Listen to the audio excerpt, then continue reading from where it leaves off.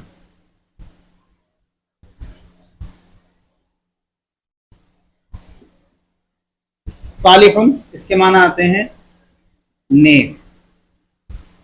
اس کے بعد فاسق، بدکار. انہیں الرجل کے ساتھ استعمال کرنا ہے آپ کو. مثلا الرجل صالح، الرجل فاسق. ٹھیک ہے، اور اس کی آپ کو تثنیہ اور جمع بھی بنانی ہے. الرجلان صالحان، ٹھیک ہے. الرجال صالحون، اسی طریقے سے الرجلان فاسقان، الرجال فاسقون. ٹھیک، اس طرح سے آپ کو واحد تثنیہ جمع بنانی ہے. اور جس طرح میں نے ابھی نقشہ بنایا تھا پورا کا پورا، ان سب کے ساتھ میں آپ کو ان دونوں کو الرجل کے ساتھ پریکٹس میں لانا ہے اور ان سب کو اپلائی کرنا ہے. آپ کو بالکل ایک عام سادہ سی زبان میں آپ کو سمجھایا جا رہا ہے. کوئی بھاری بھرکم اصطلاحات نہیں استعمال کی جا رہی ہیں کہ جو آپ کے سر کے اوپر کو گزرے.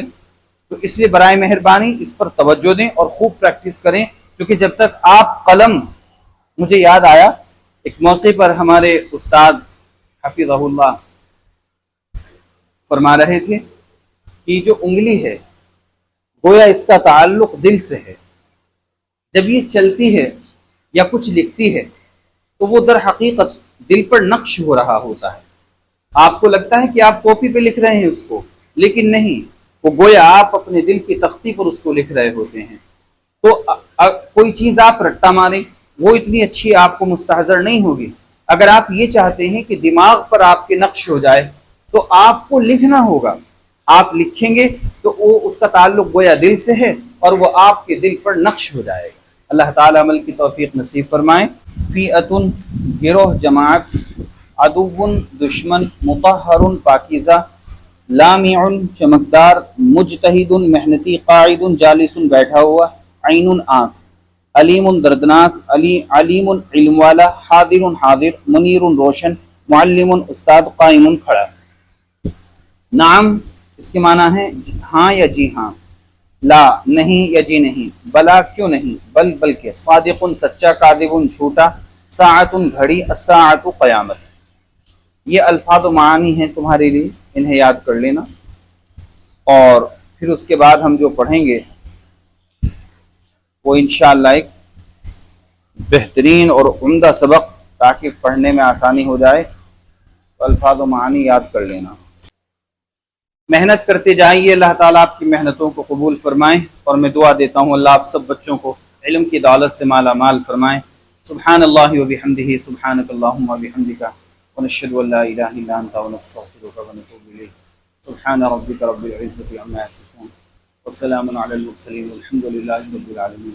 جزا اللہ عنا محمد ما هو اہل.